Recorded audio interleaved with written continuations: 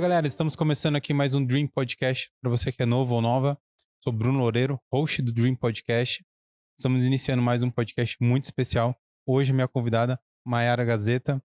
Mayara, obrigado por aceitar participar do nosso podcast e vir compartilhar um pouquinho da sua história e um pouquinho da sua profissão.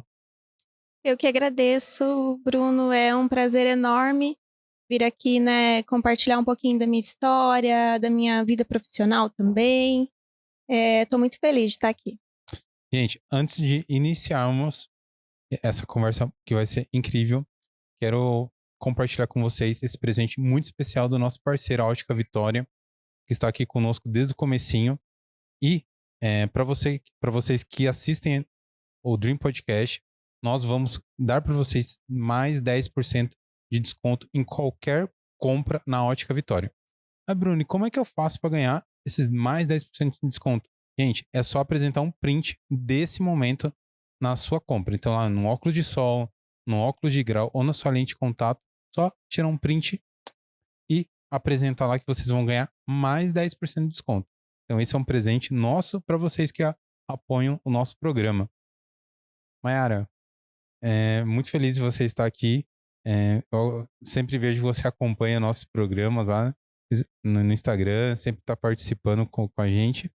E fico muito feliz de você estar aqui conosco hoje participando aqui no Dream Podcast, contando um pouco da sua jornada, né?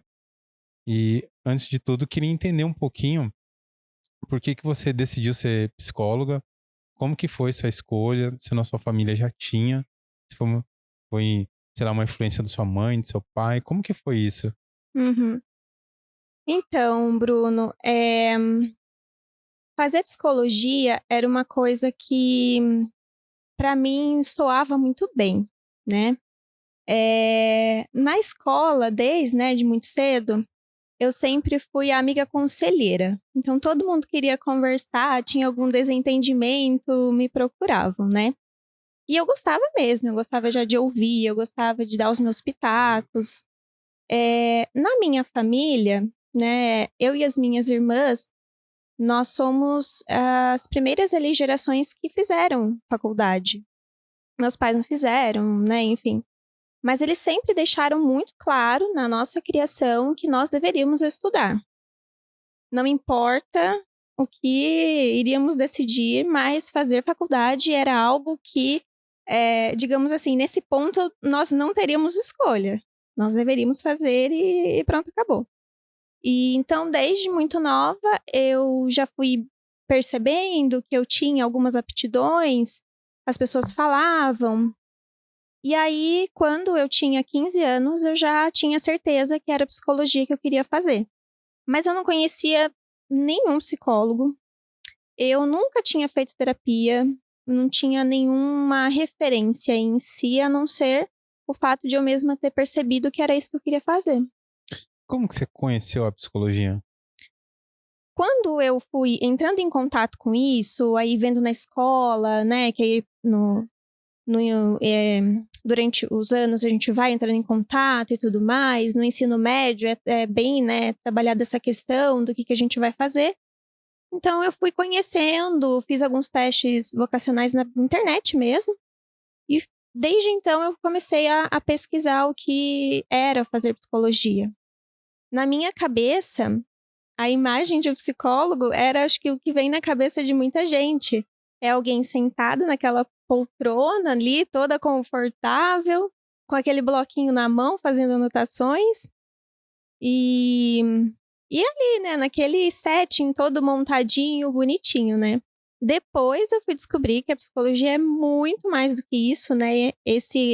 Essa imagem tem mais a ver com o consultório, que é o que eu trabalho hoje, mas eu acabei conhecendo outras partes da psicologia que eu também fiquei muito encantada. Que legal, né? É até uma figura já, né? Talvez você imagina um psicólogo, você já imagina sentadinho, com a galera naquela conversando. Viu? O que seus pais faziam? Eu bateu uma curiosidade quando você falou que você e suas irmãs, vocês são em quanto? 3 Três? meninas. Ah, que é, né, essa geração da sua família que vocês foram os primeiros a fazer faculdade. O que os seus pais faziam? Meus pais já fizeram coisas variadas, mas quando eu era pequena, a minha, assim, eu acho que a psicologia também tá um pouco aí, sabe? Quando eu era pequena, depois do nascimento da minha irmã mais nova, a minha mãe teve depressão. E naquela época, era uma coisa que não era tão fácil de diagnosticar como é hoje em dia. Então, eu me lembro, eu tinha 5 anos, eu me lembro que naquela época era muito assim, uma busca incessante por uma resposta, um diagnóstico, o que que ela tinha, e aí era assim, era de médico para médico, até padre indo em casa fazendo benzimento e não sei o que, sabe? E demorou bastante tempo para ela ter um diagnóstico certo, né, do que ela tinha. E aí, nesse momento, a gente mudou de vida. A minha mãe, ela foi criada no sítio, mexendo com terra, coisa que ela ama até hoje. E aí a gente morava na cidade. E ela, naquele momento, sentiu que ela iria melhorar se voltasse a ter contato com essas coisas. Então, meu pai saiu do trabalho dele lá na época e nós fomos morar numa chácara. E aí, o primeiro e o segundo ano da escola, eu fiz na escolinha lá do bairro, lá do bairro dos Três Coqueiros, aqui de Avaré. Era uma sala que todos os alunos estudavam juntos, primeiro, segundo, terceiro e quarto ano da escola. E aí ele foi mexer com plantar pimentão, estufa, Que plantou legal. tomate, plantou alface, assim, e todo mundo trabalhava junto. E aí, né, eu e as minhas irmãs também. A gente foi aí nesse momento, durante um tempo, depois nós já estávamos na adolescência, minha mãe viu que para nós estava sendo muito difícil morar longe, né? O acesso às coisas. Não era assim tão longe, a gente estava todo dia na cidade, mas não era como você ir na padaria comprar pão e andar 3 quarteirões, né? Então ela falou: não, agora acho que é chegado o momento de a gente partir para a cidade mesmo, as meninas precisam estudar, fazerem cursos e coisas que a gente não conseguia fazer lá. E aí viemos para a cidade, meu pai vendeu esse sítio e abriu um mercadinho aqui na cidade. E de novo a família foi trabalhar junto, né? E lá eu fiquei até terminar a faculdade trabalhando com eles. Nossa, que legal. Não sabia nada dessa parte da história. Viu?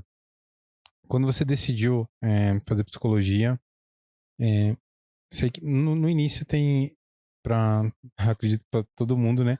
Tem aquela paixão, né? Pela profissão, de vários. Ah, eu quero impactar a sociedade, o mundo através dessa profissão e tudo mais. Como Uhum. que foi a sua vivência ao decorrer do tempo? Eu sei que é uma coisa que você vai falar um pouco mais depois ali, quando a gente começar a contar da sua parte de atendimento, mas ali de início já, quando você entrou na faculdade, as coisas que você foi entendendo que não era como que você imaginava quando você estava pesquisando sobre fazer o que você foi estudar. Uhum. Muita gente, em várias, não só na psicologia, né, mas as pessoas começam a fazer uma faculdade e às vezes mudam porque não acham que é aquilo que É, é a melhor escolha. Como é. que foi pra você ali o dia a dia, o início da faculdade e tudo mais? Como é que foi isso? Olha, Bruno, a gente enxerga um fator muito comum nas pessoas que buscam por fazer psicologia, é que muitas vezes há uma confusão de vou fazer psicologia para tratar algumas coisas, né? E na verdade não, a psicologia ela dá uma piorada nas nossas cabeças no começo, porque a gente realmente começa a estudar ali coisas que em alguns momentos a gente realmente não está psicologicamente preparado e por isso no primeiro dia do curso de psicologia é recomendado já que os alunos busquem por fazer terapia, já no primeiro dia. Aí eu pensei, gente, mas eu vim aqui para ser a terapeuta, não para fazer a terapia. Depois eu fui descobrir que até mesmo essa depressão que a minha mãe teve e tudo mais, foram compondo a minha história e criando em mim também essa necessidade de trabalhar com saúde mental de alguma maneira. Então, realmente, eu tive ali um baque. No segundo ano da faculdade, eu tive vários problemas com ansiedade, né? Eu também lido com isso, não é porque sou psicóloga que não sou humana, então eu também tenho, né, uma ansiedade bastante acentuada que por vezes carreta alguns prejuízos na minha vida, mas hoje eu trato e sei administrar melhor, porque também já faço terapia há algum tempo. Mas no início, essas coisas também me pegaram ali. E eu também, assim, eu nunca tive dúvidas que eu queria fazer psicologia. Porém, eu tinha dúvida se eu ia conseguir lidar com todas as coisas que foram surgindo no decorrer do curso e principalmente com a responsabilidade que eu fui enxergando que é trabalhar com saúde mental, né? E entendendo também que a minha saúde mental precisava ser cuidada para que eu pudesse dar conta de cuidar da saúde mental de outras pessoas. A partir do momento que eu comecei a fazer terapia e fui entendendo essas questões, muita coisa foi se encaixando. Como que foi essa parte do curso que você começou a aprofundar mais e ter esse autoconhecimento para você conseguir já, obviamente, com o terapeuta, né? Entender nossa, eu estou ansiosa por conta disso, isso me gera uma ansiedade. E hoje você conseguir administrar isso até de forma mais saudável. Porque é diferente a pessoa que tem ansiedade e às vezes a pessoa nem consegue perceber. A pessoa simplesmente está agitada ou está às vezes passando mal, tendo alguma coisa e não consegue nem se identificar, nem saber, não, isso me gera ansiedade. Como é que foi essa jornada sua para começar a entender, para depois você conseguir também, né? Você ajudar as pessoas a nos tratamentos. Como é que foi isso? Na época, eu já tinha vários sintomas de taquicardia, né? O coração acelerado durante as aulas. Eu tinha dificuldade de apresentar trabalhos. eh, eu tinha insônia, então eu chegava da faculdade e não conseguia dormir. Então, eu fui percebendo que ali algumas coisas estavam acarretando prejuízos mesmo, né? E aí eu, né, já estava em processo de terapia nessa época, mas aí intensifiquei ali, levei todas essas demandas para terapia, que foi de fato o que me ajudou a ter esse autoconhecimento, né, melhorado e a buscar ajuda especializada mesmo, né? Fui encaminhada para um psiquiatra até na época para fazer uso de medicação. Fiz a medicação, fiz o tratamento certinho, conforme as pessoas ali, né, me orientaram. E no terceiro ano da faculdade, final do terceiro ano da faculdade, eu já tinha apresentado bastante melhora nesse sentido. Então, Isso vem muito por conta da pressão de fazer a faculdade? Ou você começou a acessar muitas coisas que às vezes você, em relação mesmo a você se analisar, autoconhecer, como é que foi isso pra você? eu acho que as duas coisas, Bruno, para ser sincera, as duas coisas.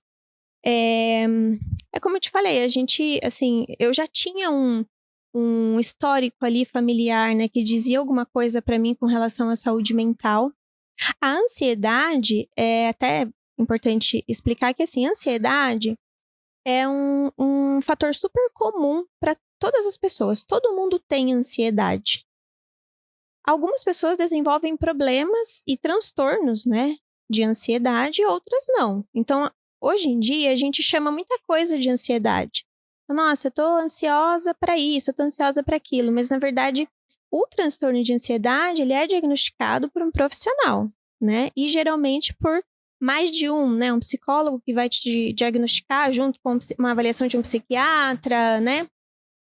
Mas isso que a gente chama, né, de ansiedade, a gente precisa ver o prejuízo que causa na vida da pessoa. Então, por exemplo, ficar na expectativa, se sentir, né, ansioso ali, prevendo ali o futuro, pensando muito, né, no futuro e tendo alguns prejuízos pontuais, não significa que a pessoa tenha um transtorno de ansiedade. A gente vai avaliar os sintomas, a recorrência desses sintomas e a quantidade de prejuízos que traz na vida da pessoa, né? De qualquer maneira, a ansiedade que traz prejuízo no dia a dia, ela também é tratada em terapia, né? Enfim, fazendo um tratamento correto, né? Porque também hoje a gente vive uma era de muita informação na internet. Então, a pessoa, muitas vezes, ela já está falando que ela é ansiosa, e todas as pessoas são ansiosas por natureza. Porém, isso não quer dizer que ela tenha de fato um transtorno. Então, tudo precisa de ajuda de um profissional. Quando você me pergunta isso, como que eu lidei com isso naquele momento, eu te digo que se eu não tivesse tido ajuda especializada, eu não sei se eu teria conseguido.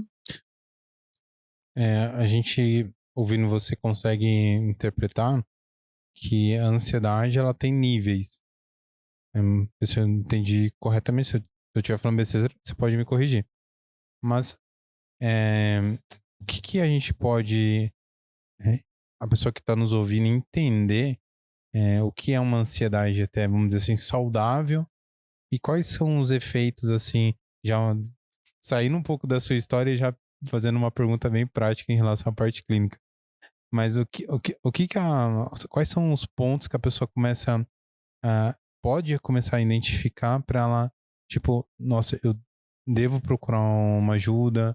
Como que é esses sinais e quais são os níveis, assim, de tolerância e de, pô, é ok e o que não, não, é realmente que não é legal as pessoas ficarem se avaliando e etc, né? Mas como que é isso, esses níveis de ansiedade? Uhum. A primeira coisa que eu sempre recomendo, Bruno, é assim: quando a pessoa identificou que ela está tendo alguns problemas, que ela sozinha ou não consegue identificar de fato se são problemáticos mesmo, ou se ela está percebendo algum prejuízo ali durante a vida, na dúvida, busca uma ajuda profissional. Porque realmente é o profissional que vai avaliar. Olha, essa ansiedade, ela vai ser tratada assim ou ela vai ser tratada assim. Então, na dúvida se isso realmente gera um problema, primeiro porque quando a gente fica na dúvida, a gente já está identificando alguns sinais. Então, eu costumo falar, na dúvida, procura ajuda, né? Mas a gente sempre vai avaliar os prejuízos mesmo, tá? Então, como eu te falei, se está relacionado... tem algumas pessoas que têm sintomas de ansiedade tão severos que sentem alguns apagões. Então, por exemplo, vou vir aqui para gravar com você. E aí, de repente, eu fico tão ansiosa que eu esqueço o que eu vou falar, né? Ou me falta o ar, né? Que são as crises de ansiedade também. Me falta o ar, eu não consigo enfrentar algumas situações que me geram aquele medo. A ansiedade, ela é como se fosse um dispositivo de proteção que a gente nasce com ele. Para que ela serve? Para a gente prever perigos futuros e antecipar as nossas reações. Então, eu imagino que se eu for fazer alguma coisa no futuro, aquilo pode ameaçar a minha sobrevivência. Essa é a função dela. E eu antecipo a minha reação frente àquilo. O problema é que muitas vezes a gente está imaginando cenários, imaginando coisas ali que a gente acha que vão ocorrer com a gente que nem acontecem, né? Então, por exemplo, para eu vir aqui gravar com você, eu poderia pensar assim: nossa, mas e se eu falo alguma coisa e depois a internet me cancela e eu não sou boa o suficiente? Então, né, vários fatores ali que muitas vezes estão mais associados à minha história pregressa do que a de fato que está acontecendo na realidade ali da pessoa atual, tá? Então, por isso que, na dúvida, precisa mesmo fazer, né, uma avaliação com um profissional, porque como eu te falei, é um dispositivo de proteção, mas quando esse dispositivo ele é acionado muito mais vezes do que ele precisa ser, do que ele foi feito para ser, ele pode acarretar prejuízo. Você passou por uma ansiedade grave ou gravíssima, pelo que você consegue interpretar hoje na época da faculdade? Eu te diria grave, Grave. gravíssima não, mas grave. Foi a maior luta, a maior dificuldade sua foi enfrentar a ansiedade durante a faculdade? Como é que foi esse período para você? A ansiedade, eu acho que ela é a minha companheira de todas as horas e eu falo que ela é meu... Todo mundo tem seu monstrinho de estimação. O meu monstrinho é a ansiedade, né? Então eu costumo falar que quanto mais eu enfrento, ele diminui de tamanho. Quanto menos eu enfrento, maior ele fica. Então para mim, uma questão que eu sempre estou de olho durante a minha vida. Mas a nível de saúde mental, foi sim um dos fatores que dificultaram bastante em alguns momentos na faculdade.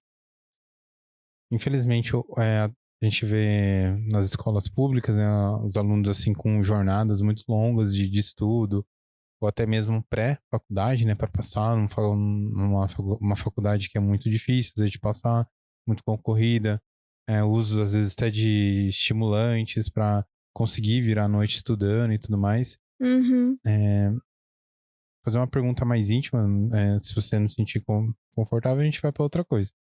Mas você compartilhou que você veio de uma família no qual você morava numa fazenda, abriu um mercadinho e tudo mais, e você foi fazer uma faculdade de psicologia.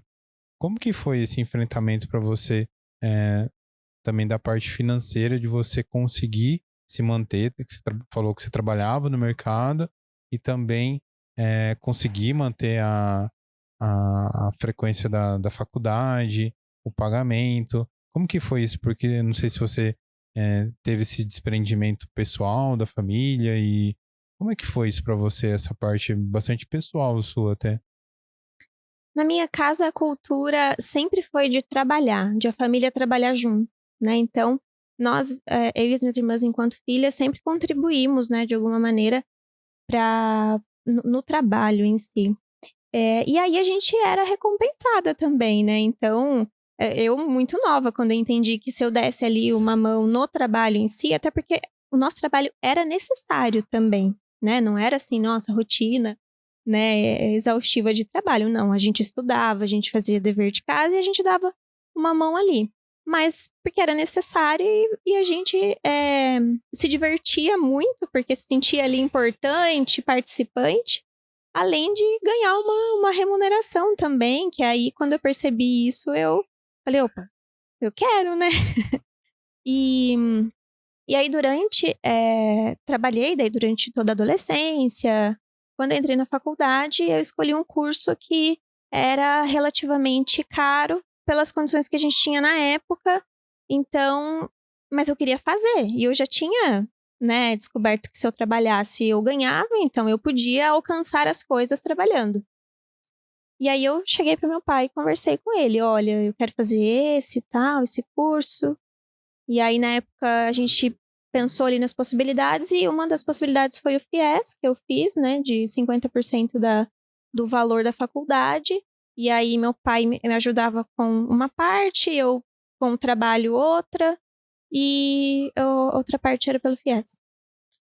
A faculdade de psicologia não é uma coisa ainda muito popular, né? Não é um curso assim que você vê todo mundo falando, nossa, quero ser psicólogo.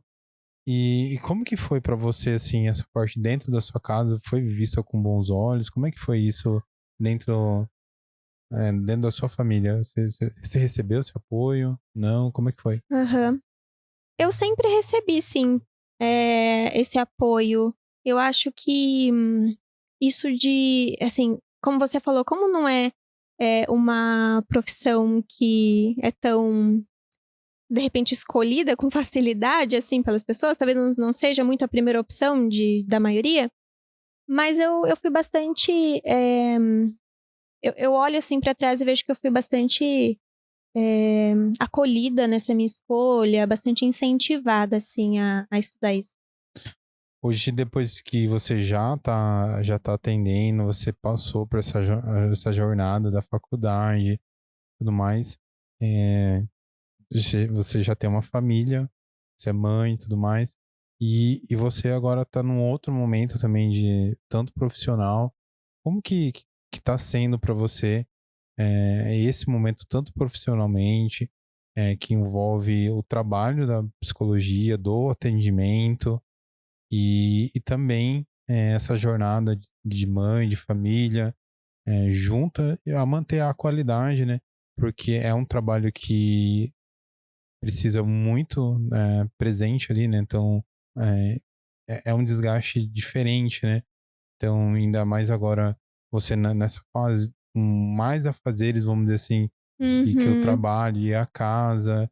Então hoje, como que você está lidando com tudo isso que envolve, a sua figura de mãe, de esposa, de profissional? Como que está sendo para você, esse momento agora de transição ou de não sei qual que é a palavra correta também de falar. Eu vou puxar um pouquinho do que a gente estava falando para te responder isso, porque como eu te falei, Bruno, desde muito cedo eu trabalhei, né. E no quarto ano da faculdade, eu estava trabalhando com a minha família e tive a oportunidade de fazer um estágio, né, em dependência química aqui em Avaré. E fui para esse estágio, então de manhã eu trabalhava com a minha família, à tarde eu ia para o estágio, à noite eu ia para a faculdade. E já era uma rotina bem puxada, né? Mas eu gostava muito, né, desse trabalho. Eu trabalhei com dependência química com mulheres. Foi um trabalho que me enriqueceu demais. Posteriormente, ao término da faculdade, eu fui contratada nessa instituição. Coordenei essa instituição durante um tempo. E foi um trabalho muito bacana. Então, assim, sempre o trabalho esteve muito presente na minha vida e sempre foi muito reforçador também. Junto com isso, sempre teve a ideia ali cultural da minha família, o quanto o trabalho empoderava a mulher, né? Então, eu tenho meu dinheiro, eu consigo tomar mais decisões. Isso desde a minha avó, né? Que na época dela, né? Tem 80 anos hoje. Ela já também ali falou, não, peraí, eu quero ter minha renda aqui. Também, né? Trabalhando no sítio. Ela começou a fazer as estufas dela, fazer as plantações dela e ter o dinheiro dela. E comprar o carro dela. Então, isso sempre esteve ali na minha família, né? De que as mulheres tinham essa relação com o trabalho. Minha mãe, ela falava bastante pra gente assim, olha, eu quero que as minhas filhas sejam independentes, eu não quero, ela falava bem assim, eu não quero filha minha dependendo de homem. Porque ela também já tinha entendido a necessidade de a gente poder, né, trabalhar e conquistar coisas com o nosso próprio dinheiro. Então, todo esse tempo, o trabalho sempre teve um valor muito grande na minha vida, né? E quando eu decidi, assim, sempre quis ser mãe, mas no momento que eu falei, nossa, acho que tá na hora mesmo. Eu sabia que eu não seria uma mãe diferente da que eu estou sendo hoje. Eu sabia que eu ia, sim, me dedicar muito à maternidade, mas que eu não deixaria de trabalhar por conta disso, né? Algumas mulheres deixam, mas eu sabia que eu não ia conseguir fazer isso pelo tanto que eu gosto do que eu faço e pelo valor que o trabalho teve em toda a minha vida. Então, hoje é realmente assim o maior desafio, porque obviamente quando a gente imagina que vai fazer uma coisa, na prática pode ser muito diferente. Eu tenho voltado com os atendimentos, né? Hoje eu trabalho só no consultório, eu estou voltando gradativamente por alguns períodos, sem pressa para poder acompanhar também o desenvolvimento do Theo, para poder criar memórias ali com ele, porque eu acho que hoje, na minha vida, o meu trabalho mais importante é estar com ele. É, é poder ver o desenvolvimento dele. Eu não quero chegar à noite em casa e ele tá dormindo, sabe? Eu quero ver, assim, eu quero ver ele engatinhar, eu quero ver ele falar, né? Eu quero estar ali. Mas realmente é desafiador conciliar tudo isso, porque ao mesmo tempo que eu saio para trabalhar, eu não consigo estar ali, né? Uma coisa que ou você faz uma coisa ou você faz outra. Então, eu abri mão de ficar exclusivamente com ele justamente porque essa já era a minha ideia. Mas posso te dizer que inicialmente foi bem difícil. Foi assim, de sair de casa para trabalhar, feliz porque eu estava indo trabalhar, mas chorando porque eu estava deixando ele, né? E também existe toda essa questão para a mulher, né? Porque o homem ele não tem esses pesos. A construção do papel do pai é muito diferente culturalmente do da mãe. Então, dificilmente um homem vai falar para você que saiu de casa chorando porque foi trabalhar. Na verdade, ele entende que aquela é a função até social dele, e parte do papel dele de pai, mas a mulher não. A mulher muitas vezes ela é até julgada porque ela está abandonando o seu filho para poder ir trabalhar. E eu tô te contando que o trabalho é importante na minha vida porque muitas vezes as pessoas na criação dos filhos falam assim: a mamãe e o papai precisam trabalhar para pagar a sua escola, para pagar a sua natação, para pagar os seus brinquedos. Hoje, com o conhecimento que eu tenho, eu não quero construir isso com o Theo, porque senão ele vai se sentir culpado por ter a minha ausência. Ele vai dizer, nossa, é pelas minhas necessidades que minha mãe fica longe de mim? E não, a primeira coisa que eu quero que ele saiba é que eu gosto de trabalhar também, para que ele também venha desenvolver futuramente uma relação saudável com o trabalho que ele escolher, né? Eu quero que ele saiba assim, não, minha mãe gosta, minha mãe se realiza, minha mãe fica feliz, ao mesmo tempo que ela também, né, traz ali, né, um valor financeiro e pode fazer coisas legais também aqui em casa. Então, unir esses dois fatores é muito importante para mim na criação do Theo. Eu queria te fazer uma pergunta associada ao que você falou sobre o trabalho, né? Você comentou ali que você quer, que você quer passar pro Theo que o trabalho é uma coisa legal de fazer, que você gosta e tudo mais. E eu queria entender como é que foi a sua relação de trabalho com a sua avó, como que foi isso, porque você tem algo muito positivo, você tem é, essa força, essa vitalidade de falar que as mulheres têm que trabalhar, a independência. Como é que foi isso dentro da sua família? Você falou um pouco da sua mãe, um pouquinho do seu pai. Queria entender um pouquinho essa conexão sua com a sua avó para eu entender um pouquinho o contexto ali do que você tinha me falado ali, da sua avó, da fazenda e tudo mais. Tá virando uma sessão de terapia. É, então, a minha avó, ela, assim, eu tenho uma imagem muito, muito positiva dela e só tive ela porque a mãe do meu pai eu não conheci. Então, ela era aquela avó que chegava em casa com tudo que a gente não tinha condições de comprar naquele momento. Que era um danoninho, um todinho, uma Coca-Cola, um salgadinho da Chips, uma coisa assim que não dava, né?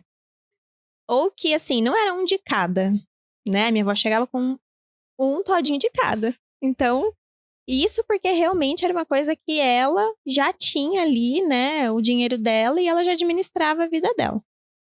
Então, eu acho que tudo isso, assim, Bruno, vai ficando registrado na gente em algum lugar. Porque nós somos, na vida adulta, o resultado de tudo que a gente viveu na infância, né?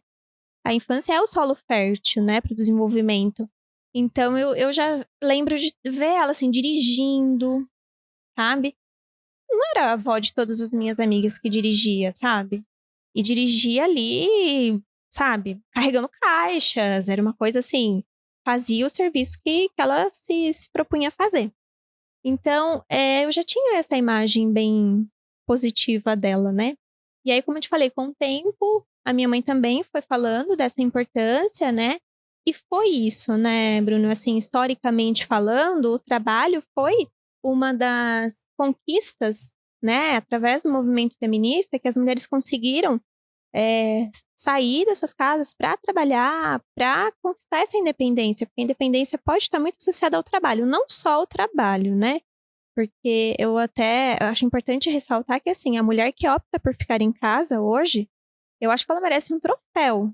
Porque, assim, eu gosto muito de sair para trabalhar e eu acho que o trabalho doméstico, ele é exaustivo. Ficar o dia inteiro dentro de casa, eu acho muito difícil. E não é valorizado. Então, sabe aquela coisa, nossa, mas ficou em casa o dia inteiro? Não fez nada? Quem fica em casa o dia inteiro acho que faz muito mais do que qualquer outra pessoa. E é um trabalho de 24 horas, basicamente, né? Então, eu valorizo muito isso. Mas, como eu te falei, é uma conquista que as mulheres precisaram correr atrás, né? Então, quando eu olho muito para essa questão, né, dessa construção da minha família, eu vejo que a parte feminina da minha família foi bastante construída em cima disso também. E o movimento feminista é de, assim, uma importância muito grande para nós mulheres, né? Muitas pessoas têm entendimento muito equivocado do que é o feminismo. E o feminismo nada mais é, se você der um Google, você vai ver imediatamente que é a busca pela igualdade de gêneros. Então não é que a mulher quer ser homem, não é que a mulher quer deixar de ser feminina, a mulher quer poder escolher o que ela quer. Se ela quer trabalhar fora, se ela não quer. Então, se é uma imposição que ela fique dentro de casa, não é um direito dela. Ela quer ter o poder de escolha se ela quer ser mãe ou não. Eu te digo hoje, sendo mãe, que eu acho que as mulheres precisam realmente pensar se elas querem. Só que o papel social da mulher sempre foi o de ser mãe, né? Eu tive o Theo com 30 anos. Eu já escutava, já tava com ouvir há muito tempo. E assim, tipo, eu já escutava muito. E aí? Não vai ter filho? E aí? Não vai ter filho? Como se fosse uma obrigação minha mesmo ter filho. E é o que as pessoas fazem quando você vai chegando perto dos 30 se você não tem filho. Então, as mulheres precisam, na verdade, escolherem, elas têm que ter o direito de escolha. E é isso que o movimento feminista sempre trouxe, né? Então, se a gente for olhar até para um momento histórico lá atrás, as mulheres não votavam, elas não podiam trabalhar fora, elas não podiam se divorciar dos maridos, mesmo que elas estivessem sofrendo agressão, né? Então, assim, olha que absurdo, né? Que erro, né? Histórico aí. E hoje em dia, a gente ainda precisa de alguns avanços com relação a isso. Mas, inclusive, estamos em março, né? O mês da mulher. Eu achei muito legal que nas redes sociais teve um alvoroço muito legal ali de mulheres falando: olha, eu não quero receber o Feliz Dia das Mulheres.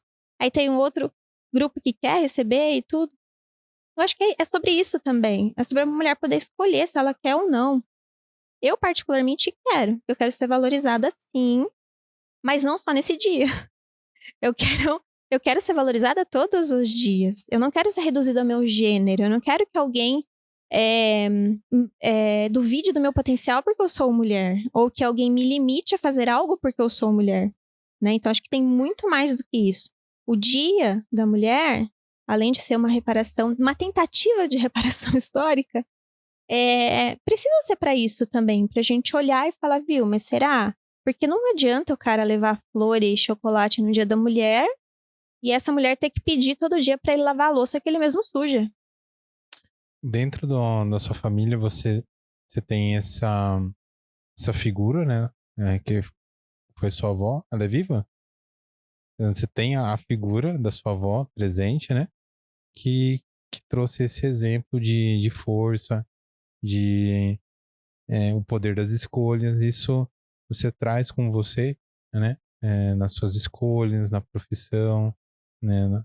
No ver a sua mãe ali, né? Numa situação, às vezes, mais vulnerável, uma doença, né? Que foi o caso da depressão. E hoje você traz isso na sua voz, no jeito que você fala, nas decisões de trabalho. E você cada vez mais luta por essa posição das mulheres também conseguirem se posicionar em relação a isso, né? Você vê essa dificuldade de todas as mulheres conseguirem expor as ideias igual você está fazendo. Como que você vê também, não só do lado pessoal seu, do seu ciclo de convivência, mas até mesmo das pacientes que você atende, você sente que elas têm a vontade, mas às vezes não têm a força para falar, se posicionar, como você falou da louça, mas às vezes em detalhes pequenos, coisas que magoa ou coloca a mulher numa posição de obrigação, que nem você falou, de fazer ou não uma coisa e não ter a opção de escolha, ficar subentendido que é obrigação. Como que você vê isso? Ainda existe muito a ser feito, Bruno, porque é, quando a gente está falando, né, do machismo, por exemplo, a gente está dizendo de um privilégio cultural no qual os homens foram criados. Geralmente, quem está em situação de privilégio não quer sair. Ponto. Então, buscar essa igualdade se torna difícil nesse sentido, que é tirar o outro do seu privilégio. Mas é tirar o outro do privilégio para autorresponsabilização, sabe? É tirar o outro do privilégio para fazer o que ele tem que fazer. Por exemplo, quando um homem se torna pai. A gente viu muito a maternidade, vê ainda a sobrecarga muito grande nas mulheres, e é o que leva muitas mulheres a fazerem terapia. É o que leva as mulheres a terem muito aquele estigma de louca, porque surtada, porque sobrecarregada. Isso ninguém vê, né? Quantos exemplos de mulheres que trabalham fora, chegam em casa e as tarefas domésticas são só da obrigação dela? Ou ela precisa falar para o seu companheiro que ele precisa fazer porque ele sozinho não entende que é a responsabilidade dele, né? Então, essa parte é bastante complicada ainda assim, tá? E a maternidade e a paternidade, elas deixam isso muito à mostra. Por quê? Biologicamente, nós somos diferentes. O feminismo não está passando por cima disso. nós somos diferentes. E a maternidade, o filho que vem da barriga e tudo mais, ele consome mais da mulher. Porque o homem não pode gerar, ponto. Mas não é porque ele não pode gerar que ele não pode estar junto, que ele não pode auxiliar, que ele não pode tornar esse processo mais leve. Isso é o papel dele de pai já, né? Aí, eu que estive grávida recente, escutava muito assim, ai, mas o Vinícius, ele vai perceber quando nascer. E eu falo, mas por que quando nascer? Ele precisa do menino ali nascido concreto para entender que a nossa vida tá mudando? Não. E não era assim que o Vinícius se comportava. Eu falava, não, o Vinícius já é pai, antes do Theo nascer. Porque ele realmente tentava tornar as coisas mais leves para mim. Quando o bebê nasce, ai, mas é que fica com a mãe, porque é o cheiro da mãe, porque mama no peito. Verdade, essas coisas acontecem. Existe uma ligação ali muito específica com a mãe. Mas essa mãe vai ficar sobrecarregada porque é só com ela, né? Então o pai não pode amamentar, ele não pode acalmar em determinados momentos, mas ele pode trocar a fralda, ele pode lavar a louça, ele pode levar água para essa mãe quando ela estiver amamentando, ele pode acordar à noite com ela, mesmo que ele não faça ali coisas, né, que ele não consiga pegar esse bebê no colo, mas ele pode acordar junto para verificar se essa mãe também tá bem ali acordada cuidando desse filho. Porque é difícil, é exaustivo. Então, existem muitos lugares que, por conta de a nossa biologia ser diferente, os homens acreditaram que não era função deles. Entende? E aí, em muitos momentos, ficaram longe ali bem longe do que é o papel de ser pai, né? E isso tá mudando hoje em dia. Por quê? Porque papel de pai é muito importante, Bruno. As pessoas falam assim, falavam até antes pra mim, o Vinícius ajuda em casa?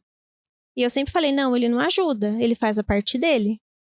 Porque em coisas que nós não temos diferenças e podemos fazer igual, nós podemos lavar a louça igual, nós podemos lavar a roupa igual, nós podemos limpar a casa igual. Por que a obrigação é minha? A não ser que esse fosse um combinado nosso, certo? Então você vai fazer isso, aí sim. Mas aí a gente volta na questão da escolha. Então se a gente, não é o nosso caso, mas é o caso de muitas pessoas. Olha, eu vou trabalhar, vou manter a casa financeiramente e você vai cuidar dos afazeres domésticos. Beleza, é um combinado entre um casal, tá tudo certo, né?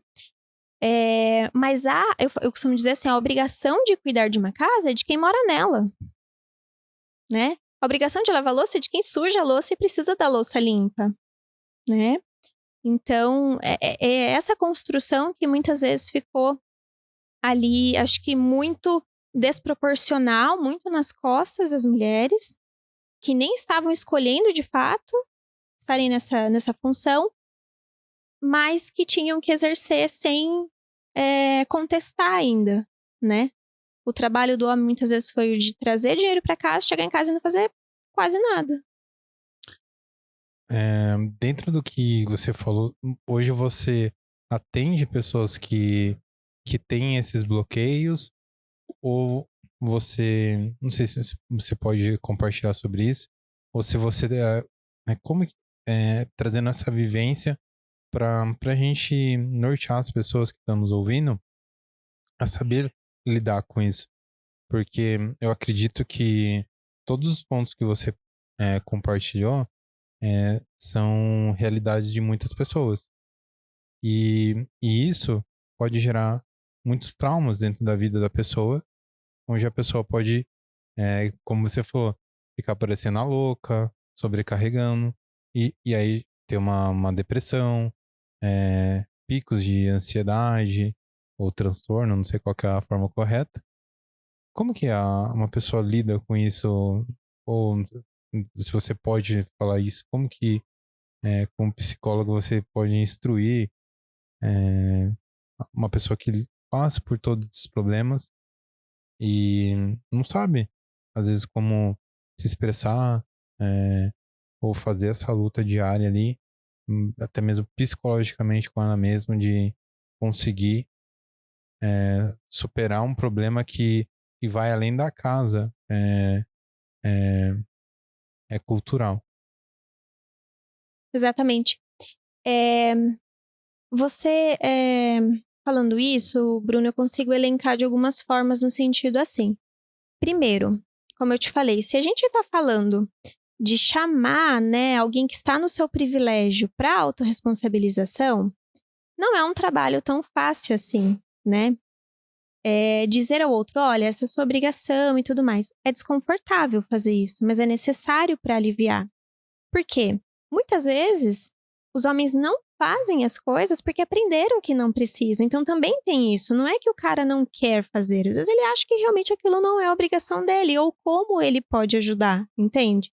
Ajudar nesse sentido mesmo, quando é ajuda, não quando é a tarefa mesmo que deveria exercer. Então, assim, precisa primeiro de tudo que haja uma conversa. E eu sempre digo, essa conversa ela é no sentido de deixar o outro desconfortável, não tem como, né? É falar, assim, a nossa vida é muito feita de falar. Então, tudo que a gente não fala está em algum lugar, né? Então, precisa que haja conversa. Olha, eu tô cansada, tô sobrecarregada, né? A gente não pode naturalizar isso de que mulher é estressada, que também é um estigma muito difícil. Então, assim, eu sou estressada por quê? Porque olha a quantidade de coisas que eu faço nessa casa sozinha, olha a quantidade de coisas que eu enfrento. Precisa que haja essa conversa. E por que eu ressalto que é desconfortável? Porque às vezes a gente não quer desagradar o outro, né? Mas é necessário para o crescimento. Então, é através da conversa, em primeiro lugar. Me vem também, Bruno, assim, primeiro precisa haver um desprendimento da mulher entendendo que não é mesmo função dela. Porque quando a gente aprende isso desde muito cedo, quando a gente vê, a gente já fez. Sabe? Aquela coisa assim, eu vou parar, vou pedir, vou ter que. Vou lá e faço. Entende? Dá menos trabalho de alguma forma. E não desagrada o outro. Mas precisa que haja essa autorreflexão. Né? Então, antes de tudo, é autorreflexão, depois é conversa. Para que a mulher entenda que ela não está sendo errada, ela não está sendo desleixada por chamar o homem às obrigações que são dele. E essa construção ela é muito gradativa. Também não dá para ter essa conversa hoje e ter resultados amanhã. Né? Então, é algo que vai sendo construído na casa de cada um, de acordo com a necessidade de cada um. E um outro ponto que eu sempre conversei com o Vinícius em casa é assim. Toda mãe fala que odeia palpites na criação dos filhos. E, de fato, a gente não gosta. Mas, quando o pai vai fazer alguma coisa com o filho, muitas vezes sem querer, porque é sem querer mesmo, eu já fiz isso várias vezes, a gente dá palpite no que o pai tá fazendo. Então, não é assim que pega. Não é assim que faz. Não é assim, não sei o quê. Entende? Aí, o que você faz? Sem querer, você acaba desestimulando o outro e mostrando pra ele que ele realmente não é capaz de fazer aquilo. Certo? E aí, que motivação o cara vai ter pra fazer? Então ele vai falar, bom, eu sou horrível nisso. Faz você, né? Isso não só com os filhos, isso nos afazeres domésticos. Aí, tá vendo? Olha o que você fez. Por quê? Porque, infelizmente, ainda os meninos não são criados para as mesmas tarefas domésticas que as meninas. Então, é natural que as meninas saibam fazer com um pouco mais de habilidade do que os homens, em alguns momentos. Né? Mas, se isso não foi ensinado para esse menino. Então, também precisa que haja uma paciência, precisa que haja essa tolerância de compreender que o outro está também num processo de transformação, né? Não estou dizendo que é para, não, tudo bem, faz de qualquer jeito. Não, né? Mas é algo que a pessoa está aprendendo a fazer. E quando a gente está aprendendo alguma coisa, a gente falha com mais frequência. Hoje o que a gente vê é uma tentativa de cada vez mais, né, ter essa igualdade. Muitos casais vivem já numa uma realidade onde não existe tanto problemas assim, obviamente com uma comunicação mais assertiva e sempre fazendo os acordos, né, que nem você falou. Se um vai fazer aquilo, se foi conversado pro outro fazer outra coisa, é um comum acordo, né, que a gente fala. Hoje, dentro do que você atende, o que você vê assim de porque ficou muito banalizado a depressão e a ansiedade. Além disso, a gente poderia falar sobre alguma patologia que você vê que as pessoas deveriam se atentar, que está ficando meio que comum e banal, alguma patologia, porque a gente vê, infelizmente, que através da rede social as pessoas conseguem. Ah, eu tenho TDAH, então isso vira uma piadinha. Ah, eu tenho isso, eu tenho aquilo. E as pessoas começaram a se autoavaliarem. Ah, eu tenho burnout, eu tenho isso. Porque as pessoas não levam a sério, às vezes, um diagnóstico e ficam ali vendo mais algumas coisas na internet e assimilam que tem uma patologia através de alguns sinais e abraçam aquilo muito forte. Como que você vê isso e como que a gente deve ficar alerta a essas coisas também? Olha, Bruno, eu acho que de novo a gente volta na questão de buscar sempre ajuda especializada, porque teste de internet, vídeo ali de alguns segundos de internet, não é critério diagnóstico, né? Por conta de fato de nós termos mais acesso a realmente aos sintomas de determinados transtornos, ao nome de determinados transtornos, muitas pessoas estão chamando alguns comportamentos de transtorno, né? Então, como você falou, ai, nossa, eu já tomei, sei lá, a pessoa fala, eu tomei TDAH. Não existe isso, não existe nem meio, né? Ou você tem ou você não tem.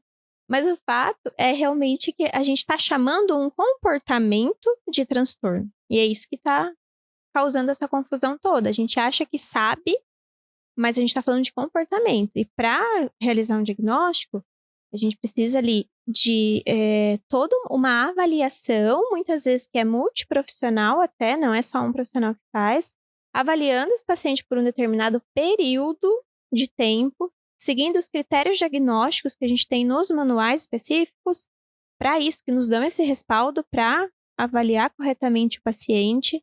Então, não dá para fazer diagnóstico realmente voltado a informações superficiais. Por isso que eu falei para você, a gente volta de novo à necessidade de buscar ajuda, porque a gente não tem, assim, repertório nenhum para se autodiagnosticar. O que acontece muito, até fazendo uma ressalva, às vezes a gente, sei lá, vai lá no Google e vê que geralmente tal síndrome, tal transtorno é diagnosticado pela própria pessoa. Não existe. Existe a pessoa perceber que ela tem prejuízos, que ela está sofrendo com determinados comportamentos que ela tem, determinados sintomas, e aí ela busca ajuda para receber um diagnóstico profissional. Então, já teve também, para mim, casos em consultório de a pessoa chegar me falando, eu tenho transtorno tal, eu tenho. E aí, até assim, quando eu vou perguntar, tá, mas e como é que foi, né? Como é que foi para chegar nesse diagnóstico? Aí eu vejo que não é um diagnóstico profissional, é um autodiagnóstico. Nossa, situação. Viu?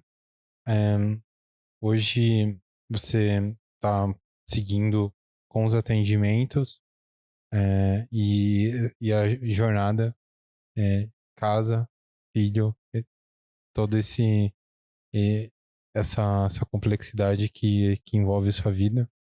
Como que tá seus planos agora para esse ano com a maternidade, os atendimentos, você saindo da parte eh, depois que você parou com os atendimentos, saiu do estágio envolvendo dependente químico. Qual que é os seus planos agora para quem quiser começar, tá te conhecendo, começar a seguir você na rede social, entender um pouquinho mais do seu trabalho? O que você está planejando para o seu para daqui em diante, vamos dizer assim? Meus planos é não deixar os pratos caírem. Mas por vezes um ou outro vai cair, né? Porque é humano.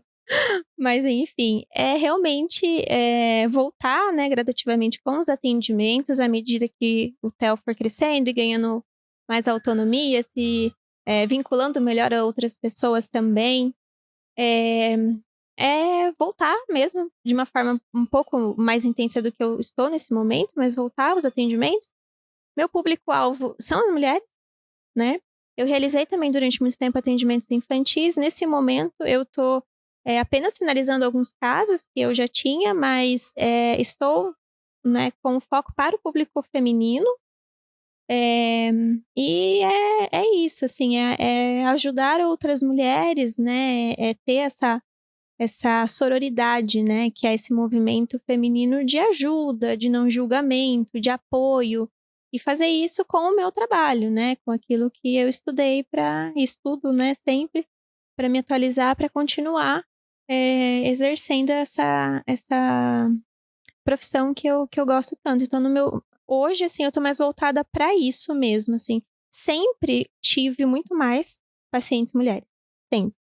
Né? Até porque, como eu te falei, se a gente for olhar toda uma desigualdade social aí, né, de distribuição de trabalhos e tudo, a gente vê que a mulher fica mais cansada, mais sobrecarregada, mais suscetível ao desenvolvimento de transtornos, como você falou. Então, né, a gente tem aí, né, essa demanda, mas todo mundo tem que fazer terapia. Algumas pessoas até dizem assim, Bruno, ai, não é todo mundo. Eu sou da opinião de que todo mundo tem que fazer terapia uma vez na vida. Porque para se conhecer, para entender de que maneira ter uma vida com mais qualidade, para entender de que maneira as coisas lá atrás afetam a sua vida hoje. Então, eu acho que de alguma forma é muito importante que as pessoas tenham contato alguma vez. E é importante ressaltar que a gente não precisa estar realmente com todos os sintomas aflorados, pedindo assim socorro para fazer terapia. A gente pode buscar esse serviço antes até, né, de desenvolver grandes problemas posteriores. Porque quando os problemas já estão aflorados, quando a gente enfrenta transtornos graves, obviamente é mais difícil também de tratar, de ter resultados. Então a gente também precisa pensar numa questão aí de prevenção, né? Exatamente. Hoje, antes da gravação, recebi uma informação que acredito que nesse final de semana teve uma mulher que foi assassinada aqui em Avaré. Foram inúmeras facadas. E recentemente uma mocinha, ela veio a falecer e ficou um comentário que não sabia se ela tinha se matado ou se o namorado tinha matado ela. E eu vivi essa realidade de violência, infelizmente, dentro da minha casa. Meu pai, ele era alcoólatra e a gente viveu isso por muito tempo, infelizmente. Então eu vi esse abuso não só físico, né, mas mental, né, psicológico. E eu via como isso era debilitante, né, para minha mãe, para mim, os traumas que isso veio acarretar na minha vida e tudo mais. E eu vejo assim a força da mulher, sabe? Porque meu pai, por ser homem, tudo aquilo lá que envolvia a figura do homem, minha mãe sempre enfrentou ele, sabe? E hoje eu parabenizo pessoas que nem você que dá o suporte para as mulheres que sofrem abusos, não só físico, mas mental. Muitas mulheres que às vezes já têm uma certa idade e não consegue se posicionar dentro da própria casa. Então, o trabalho que você faz é muito legal, é muito importante as mulheres já terem esse conhecimento, procurarem ajuda, é, porque a gente vê, infelizmente, na nossa cidade, casos assim que cada vez aparentemente, infelizmente, vem aumentando. Então, eu acho que é uma coisa que tem que ficar, tem que ser compartilhada. As mulheres têm que se fortificar, têm que se posicionar, não só fisicamente, mas mentalmente para enfrentar essas dificuldades do dia a dia, né? Isso, exatamente. E não é raro nem um pouco, Bruno, receber mulheres que, como eu te falei, parece que elas são ali o problema, né? Como, é porque ela tá surtando, é porque ela tá estressada, é porque isso. E a gente vai analisar o contexto em que essa mulher vive, é isso. E assim, o abuso psicológico, ele ainda é muito sutil, de alguma maneira. Muitas pessoas não percebem o abuso psicológico se não tiver ajuda de um profissional para perceber. Porque quando acontece a violência física, o abuso psicológico geralmente já estava instalado há muito tempo, né? Então, é uma questão que a gente realmente precisa, né, trabalhar esse empoderamento feminino, né? Essa sororidade, como eu falei, mulher ajudando mulher também, para não ter julgamento, porque o machismo muitas vezes coloca a mulher contra a mulher, né? Criou-se ali uma cultura de rivalidade feminina, né? Isso não é raro a gente notar que existe isso, só que não pode existir, né? O que tem que existir é realmente essa cultura de apoio, de ajuda, eh, de igualdade de gênero mesmo, né? E eu falo, os homens também são muito beneficiados com isso. Parece, né, até falando isso, nossa, mas ele tá contra os homens. Nunca foi contra os homens. É contra comportamentos abusivos, é contra comportamentos autoritários, é contra, né, assim, o desrespeito. Não é contra os homens em si, né? Então, o homem, quando ele entende o papel dele, quando ele se autorresponsabiliza, cara, pensa que relação legal. Pensa que vida saudável. Pensa. Equilíbrio, né? Exato. Mayara, quer deixar algum recado pra galera? Quer deixar seu Instagram? Meu Instagram é Maiara com Y, _ Gazeta, _ Psi. Tem algumas coisinhas para atualizar no Instagram que estou agora reformulando, né? Mas tem muito conteúdo já lá. É um Instagram pessoal também, então quem quiser se conectar, tem conexão ali pessoal e profissional tudo junto, que eu acho super legal. Mas eu quero realmente deixar essa mensagem, principalmente para as mulheres, né? Assim, de bora se cuidar, entendeu? Bora fazer por você o que ninguém vai fazer, né? Então, eu acho que é muito multiplicador isso. Então, uma pessoa que se trata, ela ajuda outras no seu entorno. É isso. Gente, hoje conversei com a Mayara. Espero que esse podcast seja engrandecedor para todos vocês, não só para as mulheres, mas para os homens também refletirem sobre tudo que a gente compartilhou aqui. Eu acho que é muito legal a gente ter a humildade, saber o nosso lugar no relacionamento e também estar aberto a aprender, né, gente? Hoje eu venho compartilhar com vocês esse podcast com o intuito de trazer informações e fazer vocês refletirem sobre o dia a dia, entre inúmeras coisas. Quero fazer um agradecimento muito especial ao nosso parceiro, a Menegaso, que tem um marketplace incrível, muito fácil, que vocês conseguem fazer todas as compras através do aplicativo no celular. Então, para você que é comerciante, quer comprar qualquer item, vocês podem comprar através do marketplace da Menegaso junto com a Ambev. Gente, é incrível, simples, prático e na palma da mão de vocês. Vou ver com vocês no próximo episódio. Quero agradecer a todos vocês que nos assistiram até o finalzinho. Para você que quer ver os highlights, os melhores momentos, não só desse programa, mas de outros, fica a minha dica para vocês. É Dream PDC no Instagram. No Spotify é Dream Podcast. Para você que quer conhecer um pouquinho meu trabalho, quer ver os casamentos, conhecer um pouquinho do trabalho de fotografia também, é o Bruno Loureiro. Para você que gostou desse podcast, gostou dessa produção, quer produzir um conteúdo de qualidade e com conexão, fica a minha dica aí para vocês, a Cena Produtora Audiovisual, onde a equipe da Cena trabalha com conteúdo de conexão de uma forma humanizada na sua marca e na sua empresa. Então, gente, essa é a minha dica para vocês. Vejo vocês no próximo episódio. E desculpa minha voz, gente, tô um pouquinho doente, mas espero que tenha dado para vocês me entender de forma boa aí. Vejo vocês no próximo episódio. Valeu, tchau, tchau.